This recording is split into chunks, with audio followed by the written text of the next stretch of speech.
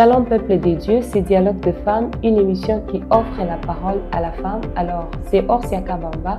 Sur ces plateaux, je ne suis pas seule, je suis accompagnée de maman Justine Kilemboy, à qui je dis bonjour. Bonjour Orsia. En tout cas, maman, soyez la bienvenue et sentez-vous à l'aise. Merci bien. Merci. Bonjour maman. Bonjour madame Orsia. Maman, c'est maman Christine Kouteka, à qui je dis bonjour. Bonjour. Et elle a déjà répondu. C'est une femme très souriante, vous allez le remarquer.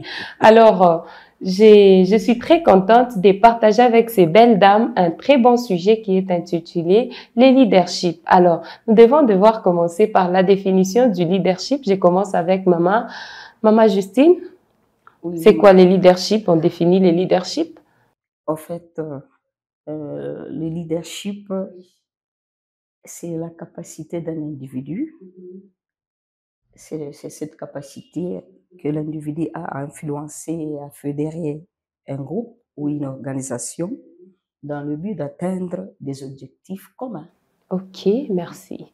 Alors, maman Christine, vous allez ajouter? Oui, peut-être toujours dans la même définition que maman Justine vient de donner. Je dirais aussi qu'un leader, c'est quelqu'un qui est capable de guider, qui est capable d'influencer et qui est capable d'inspirer un individu ou un groupe d'individus ou encore une organisation. Est-ce que le leadership est inné ou il faut les cultiver ou il faut encore les développer, maman Justine? Le leadership, madame Orsia, Oui. c'est un sujet complexe qui suscite de nombreuses interrogations, Ok. dont l'une des plus importantes est de savoir si c'est inné ou développé ou acquis. Ok. Comme cela, de nombreuses personnes pensent que le leadership est inné, tandis que les autres pensent que est apprise. Dans toutes les autres pensées, dans toutes ces pensées, que le leadership a pour le temps et de l'expérience. Je voulais dire qu'il est vrai que certaines personnes, le leadership doit être posé à une pensée et un devenir par rapport à une nouvelle expérience et le temps. Et aussi, ça doit être inspiré et être motivé. Je voulais ajouter aussi une autre chose par rapport à ces choses. Oui. Il y a d'autres personnes qui sont nées avec des potentialités et des qualités, du talent qu'ils peuvent exercer en tant que leader. Oui. Et en dépit de toutes ces choses, cela ne dit pas que ces gens ne peuvent pas développer ces potentiels qu'ils ont. Oui. Ils peuvent être coachés aussi par le mentor et être aussi s'exercer par rapport à leurs faiblesses et être en mesure de travailler par rapport à tout ce qui se passe dans leur vie. Mais au finish, je peux dire que le leadership peut être inné. C'est une combinaison, quoi. Oui. D'inné et de développement. En tout cas, merci beaucoup. Alors, maman Justine, maman Christine. Oui, Orsia. Désolée. Il n'y a pas de problème, oui. Moi, je dirais toujours sur la même longueur d'onde que maman Justine que le leadership, c'est une combinaison de l'inné et de l'acquis, comme elle a dit, avec des éléments tels que la personnalité, les traits et les talents qui peuvent être innés, mais qui peuvent aussi être acquises et développées. Donc, on peut travailler sur une personne qui montre déjà les quelques traits du leadership en elle. On y travaille et on a un grand leader. Donc, on ne peut pas le voir. Le leadership, on ne peut pas le voir avec les yeux directement sur la personne, mais quelqu'un peut aussi le devenir après des formations. Ok. Oui. Très bien. Alors, quelles sont les qualités d'un bon leader, maman? Un bon leader, d'abord, c'est un visionnaire. Oui. Et un leader, c'est quelqu'un qui a l'écoute active. Oui. Un bon leader, c'est quelqu'un qui a empathie. Oui. Un bon leader se met à la place de l'autre. il collabore avec ses collaborateurs. Oui.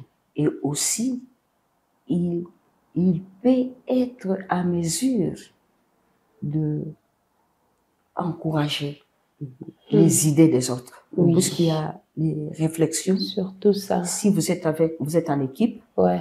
vous pouvez avoir la vision, mais les autres aussi peuvent te donner leurs idées. Surtout Mais tu dois ça. être en mesure, une bonne idée doit être en mesure d'encourager les autres et la vision et la réflexion des autres. Et aussi, un bon leader, c'est quelqu'un qui, je me répète encore, qui peut se mettre à la place de l'autre. Oui. Et aussi, être attentif. Quand l'autre parle, un leader doit être attentif et laisser l'autre parler et terminer son idée. Et je pense que je peux ajouter aussi quelque chose. Oui, il n'y a pas de souci. Un bon leader doit savoir aussi léguer le travail. Pas seulement elle-même. Puisque vous êtes leader, puisque vous avez la vision, que vous-même vous pouvez faire toutes choses. Non, il faut aussi léguer le travail aux autres. Ok. Je pense que la liste est tellement exhaustive. Alors, maman va devoir ajouter quelque chose concernant les qualités. Oui, cette liste est tellement longue qu'on ne saura pas tout étaler ici sur ce plateau. Oui, maman Justine a parlé d'avoir une vision. Oui, un leader peut avoir une vision qu'elle va présenter à ce groupe-là d'individus, à l'organisation qu'elle est en train de diriger, afin que cette vision soit bien définie clairement et que l'objectif de cette vision soit atteint. Parce qu'on peut être un leader. La qualité aussi, c'est d'avoir une vision, le mettre dans l'avenir et le projeter pour que cette vision soit réalisable. Un leader doit aussi avoir une bonne communication. Dans la communication, c'est là qu'on a appris, là, que maman Justine a parlé de l'écoute. On parle et on écoute aussi les autres. Parce que les autres peuvent aussi avoir de bonnes idées pour amener à réalisation votre vision.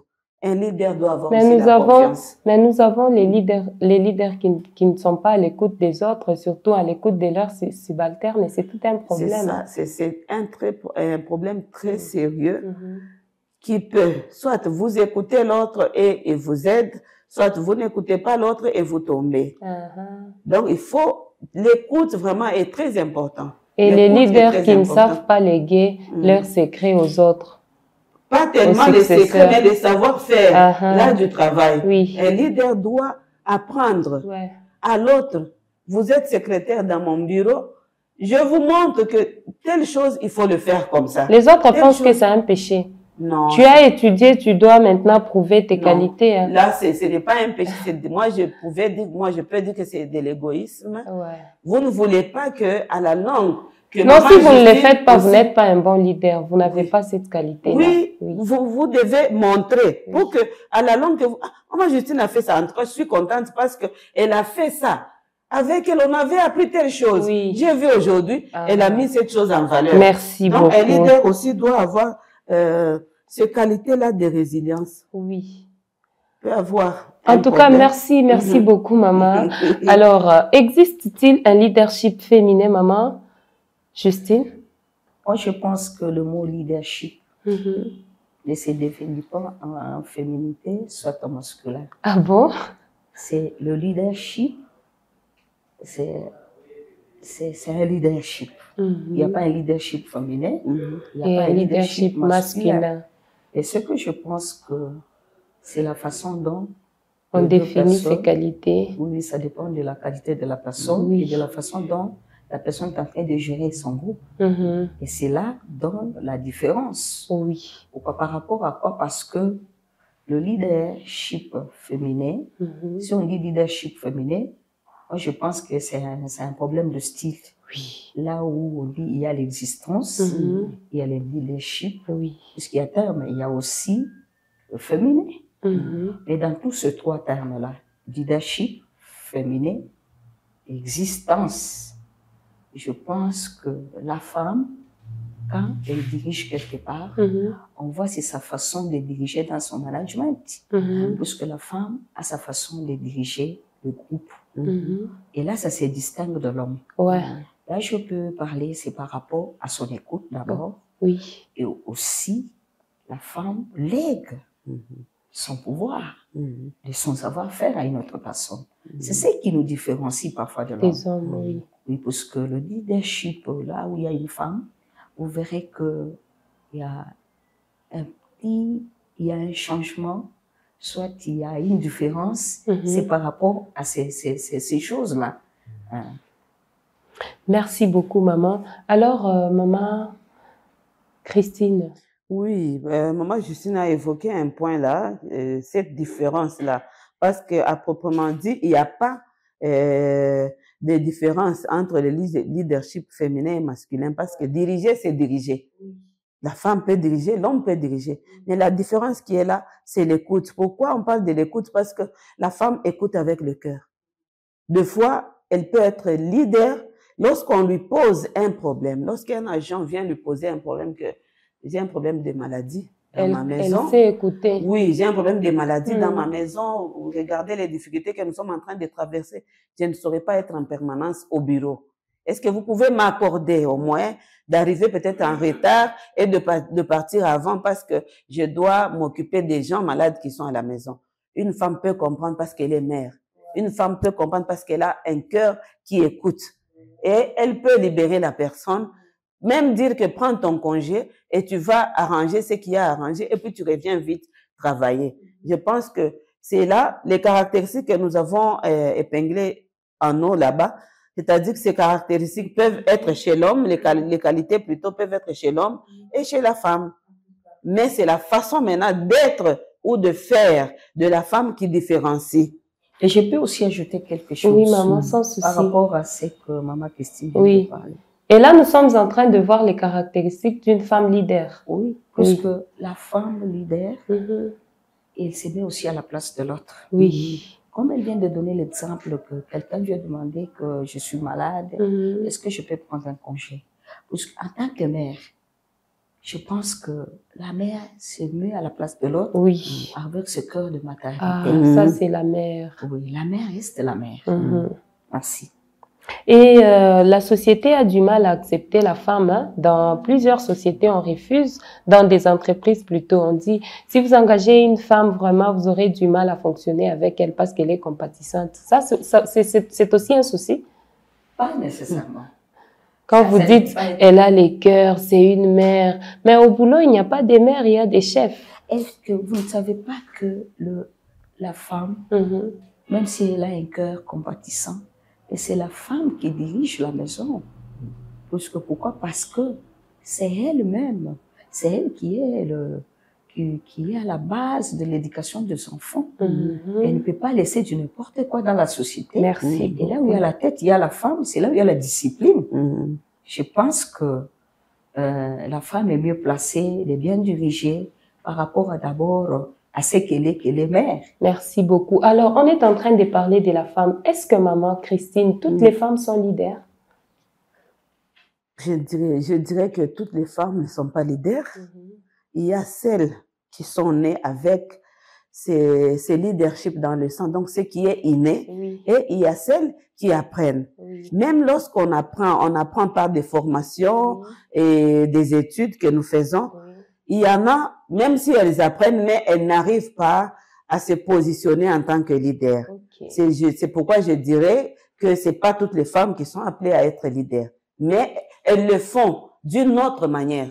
Elles ne peuvent pas peut-être être leaders dans une entreprise ou dans le gouvernement, mais elles peuvent l'être, comme maman Justine l'a dit, dans la maison. Pourquoi dans la maison? Parce qu'il y a les enfants qu'elle est en train de guider, il y a les enfants qu'elle est en train d'orienter. C'est par rapport à ça. Oui. Maman Justine, toutes les femmes sont leaders? Pas nécessairement. Ah oui? Pas nécessairement. Pourquoi? Parce que si on voit le leadership d'abord dans son sens du mot, c'est gouverner, diriger. C'est pas toutes les femmes qui sont ministres. Nous n'en avons qu'une seule. Et bravo à cette dame, hein. C'est une brave. Elle est là. C'est pas tout le monde, c'est pas Justine qui est comme une ministre. Non. C'est pourquoi je dis pas nécessairement. Nous voyons, il y a des femmes PDG, il y a des femmes ministres encore. Oui. Voyons comme le ministre du genre. Il y a des ministres comme le Léonie Kandolo. Ok. Il y a les Nathalie. Ce sont Merci. Ce sont les leaders. Oui. Et c'est pourquoi je dis que c'est pas nécessairement qu'on peut devenir leader. Mais dans d'autres, comme ma Christine a dit, dans la maison là, on aide toute une famille là, sous la supervision du mari. Oui. Oui, c'est ça. Alors, quels sont les défis du leadership féminin? Y a-t-il des défis? Oui, oui. On peut énumérer cela? Bon, la discrimination. La discrimination. La discrimination. Oui. La femme n'est pas trop acceptée, comme nous venons de le dire, dans les entreprises. Pourtant, dans des entreprises, on voit les compétences, on ne voit pas les gens. Il y a aussi ce défi-là, des opportunités de formation. Oui. Vous verrez qu'on ne peut pas envoyer la femme aussi à être bien formée. On privilège, on est en train de privilégier les hommes. Oui. La femme là, elle est là, on la laisse là. Et il y a aussi d'autres défis, c'est par rapport aussi à sa place sociale. Compte tenu aussi du foyer que nous dirigeons. Vous verrez aussi, il y a d'autres femmes. C'est pourquoi au lieu de venir à 7 heures, il doit d'abord se mettre à faire autre chose à la maison. Ça arrive souvent en retard. Et ça aussi, ça amène que on ne puisse pas nous accepter facilement être leader. Oui. Peut-être elle commencera à venir en retard. Et comme c'est une jeune femme, elle vient à peine de se marier. Bientôt là, elle sera grosse. On sera obligé d'accorder un congé maternité. Cela va affecter les boulots. Ça aussi. Et du coup, Maman Christine, les défis du leadership féminin. Les défis sont vraiment nombreux, oui. Il y a d'abord, tel que vous l'avez dit, la non-valorisation des compétences de la femme. On ne veut pas accepter qu'elle est compétente. On ne veut pas accepter qu'elle est capable. Bien qu'elle est capable.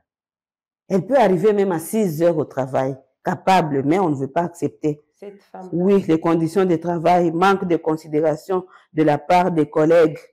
Et aussi, vous avez énuméré ce point-là d'une jeune femme mariée qui doit mettre au monde. Oui. Parce qu'elle s'est mariée, elle ne va pas rester elle n'est pas dans une société facilement africaine. Dans la société. Elle ne va pas passer 2 ans après le mariage sans mettre au monde. Oui. Donc, pas seulement dans une société africaine. Oui, là j'ai un exemple. Il y a longtemps que j'avais appris, quelque part, il y avait ma sœur qui était partie chercher le travail. Et c'était dans l'enseignement. Et à cette école-là, on a dit qu'on ne prend pas des femmes. On favorise seulement les candidatures des hommes. Pourquoi? Parce que la femme, on peut la prendre aujourd'hui et demain, elle met au monde, elle va nous observer. C'est dans l'enseignement. Si elle met au monde pendant l'année scolaire, donc vous serez obligé de faire quoi? De chercher à remplacer ce professeur-là. Donc c'est déjà un manque à l'école. Vous voyez qu'elle va retarder le programme.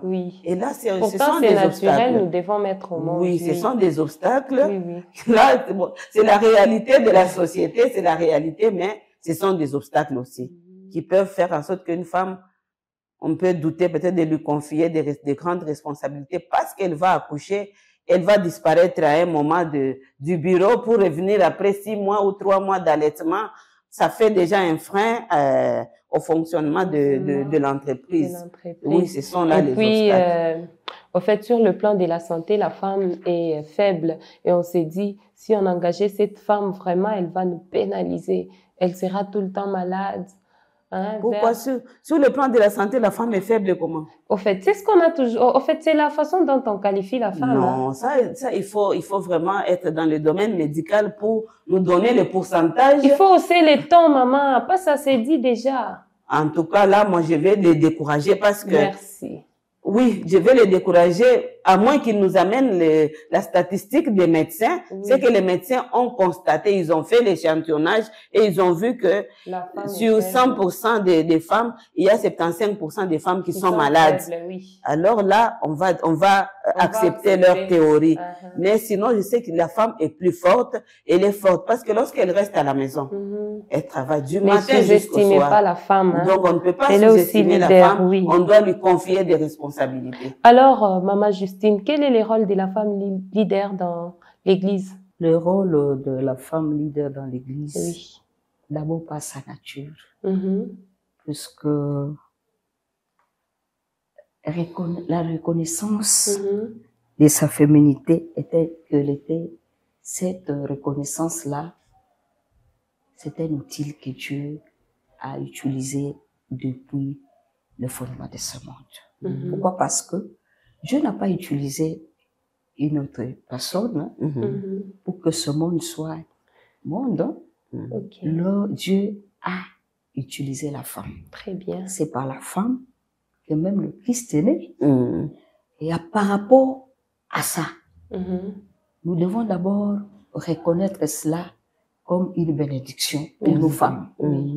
Et aussi, quand on est leader dans l'Église, nous devons savoir que nous sommes la femme leader dans l'Église est là pour faire avancer l'œuvre de Dieu bien avant et représenter valablement Christ dans l'Église. Et être à côté des serviteurs avec qui il travaille et de faire valoir sa féminité, qu'elle est vraiment utile dans l'œuvre du Seigneur. Nous n'avons pas des femmes leaders dans la Bible, Maman Christine. Il y en a nombreuses. Ici, nous voyons dans Juge chapitre 4, verset 4, nous voyons Déborah qui était juge en Israël. C'était une femme. Et c'est sous la direction plutôt de Déborah que ils ont eu la victoire. Et j'ai vu cet homme-là, ce soldat-là vaillant, qui avait dit à Déborah que je ne peux pas partir si toi, tu ne pars pas avec nous. Et ils sont partis.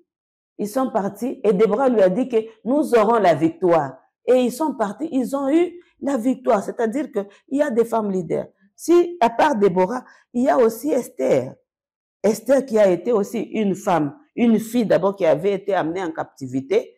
Et par après, elle a eu cette grâce d'être la reine. Et remarquez, lorsque Esther devait être trahie, lorsque Aman était en train de préparer un complot contre les enfants d'Israël, Esther a dirigé le peuple. Mardochée est venu la voir. Il lui a proposé que tu dois faire quelque chose. Tu dois faire quelque chose pour sauver ton peuple. Et Esther a fait quelque chose.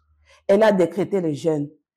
Tout le peuple d'Israël ont suivi ce qu'Esther a donné. C'est pourquoi on a dit que c'est la capacité plutôt de diriger un groupe de gens. Esther a donné ce programme. Ils ont jeûné et voilà que Dieu les a délivrés de la main d'Aman. Donc, une femme dans l'église peut être leader. En tout cas. Elle peut être leader. C'est pas un péché, hein? C'est pas un péché parce que lorsque Dieu a appelé, lorsque Dieu nous a envoyés dans l'évangélisation, en disant allez, faites de toutes les nations mes disciples. Il n'a pas dit que allez les hommes. Dieu a dit allez. Il y a les femmes et les hommes y compris. Parce que Dieu a une tâche qu'il a réservée aussi à la femme. C'est pourquoi il travaille avec la femme. Maman Justine l'a dit. Il travaille avec la femme. Le monde lui-même, il a été créé et la femme a contribué. Sur le plan de la rédemption, la femme a mis au monde le Christ qui est venu sauver le monde. Donc la femme est là, la femme doit accompagner les hommes dans le ministère. Merci beaucoup. Je voulais ajouter aussi quelque chose par rapport à ce que Maman Justine vient de dire, par rapport au leadership de la femme dans l'Église, son rôle. La femme leader dans l'Église, elle doit être courageuse. Elle est là pour pousser les autres aussi à faire le travail. C'est tout ce qu'elle a énuméré là, Esther, comme Esther était là parce qu'elle n'avait pas eu peur qu'elle puisse mourir. Là, elle a risqué sa vie. C'est ça. Vous voyez un peu comment est-ce que ça fait, c'est-à-dire le courage que la femme a d'amener, d'emballer tout le monde à faire le travail de Dieu. Là où il y a une femme leader dans l'église, vous verrez que les choses avancent bien. Parce que les femmes n'ont pas peur. Les femmes n'ont pas peur. Oui. Les femmes sont courageuses. Elles sont déterminées. Ils sont déterminés. Ils travaillent toutes choses à haut risque. C'est ce que je voulais juste ajouter. Parce que j'ajoute un peu là même l'exemple de la petite fille là qui était prise en captivité. Oui, chez Naaman. Pour Naaman. Cette fille, elle n'a pas pu réaliser d'abord qu'elle était esclave. Donc, elle a pris courage de dire à sa maîtresse que chez moi, il y a un prophète. Je dis, c'est-à-dire la femme est caractérisée du courage. Là où il y a la femme, les choses avancent bien. En tout cas, on est en train d'ajouter sur les qualités d'une femme leader. En tout cas, on avait comme sujet les leaderships. On a parlé de la femme, on a aussi parlé de l'homme. Comme conclusion, maman Justine, comme conclusion pour notre émission du jour. En tout cas, moi, je voulais juste dire que les hommes ne puissent pas avoir la pensée de discriminer la femme par rapport au leadership. Et il n'y a pas un leadership féminin, ni moins leadership féminin. Masculin. L'aspect là, ça ne doit pas exister. Lorsqu'il y a cet aspect, c'est-à-dire il y a discrimination, nous devons voir les choses, avoir une même vision. S'il y a des compétences dans une femme, on laisse que cette femme puisse se diriger. Parce que nous voyons qu'il y a des femmes qui dirigent et derrière eux mieux que les hommes. Et vous voyez que les choses peuvent aller bien avant. Là, nous demanderons seulement à encourager aussi les femmes et à aller bien avant et à soutenir dans tout ce que les femmes sont en train de le faire pour l'avancement de l'œuvre de Dieu, pour l'avancement de la société. Merci beaucoup. Merci, Maman Justine. Maman Christine, la conclusion? Oui, pour conclure, moi j'aimerais demander, appeler la femme à ne pas se renfermer sur soi-même, à ne pas dire que ça concerne seulement les femmes là que nous voyons à la télé, ça concerne seulement les femmes là. Non, non, vous êtes aussi un leader. Ne faites pas dormir ce sang-là de leader qui est en vous. Donc réveillez-vous, prenez conscience de ce que Dieu a mis en vous comme talent et levez-vous. Mais j'ai voulu juste avant de terminer, aider les femmes plutôt à faire attention, parce que lorsque nous sommes leaders dans la société, nous pensons amener aussi ce titre-là dans la maison. Nous devons faire attention. Dans la maison, nous avons un chef de famille que Dieu nous a donné, qu'il a reconnu, c'est l'homme qui est le chef de la famille. Et nous travaillons ensemble pour aider nos enfants et bien diriger notre foyer. Nous sommes leaders dans l'entreprise, à la maison, nous sommes aides et épouses. C'est juste un peu ça. Sinon, c'est un très bon sujet. On vous remercie vraiment de... Merci, c'est moi qui vous remercie aussi pour votre participation. En tout cas, pour conclusion, nous avons dit que les leaderships, c'est la capacité d'une personne d'amener les autres à atteindre leurs objectifs. Du coup, nous sommes obligés, nous qui sommes leaders, d'avoir le courage pour qu'on puisse réaliser certains projets que nous avons. On avait comme sujet leadership, c'était Dialogue de femmes, une émission qui offre la parole aux femmes. J'avais comme invité Maman Justine et Maman Christine.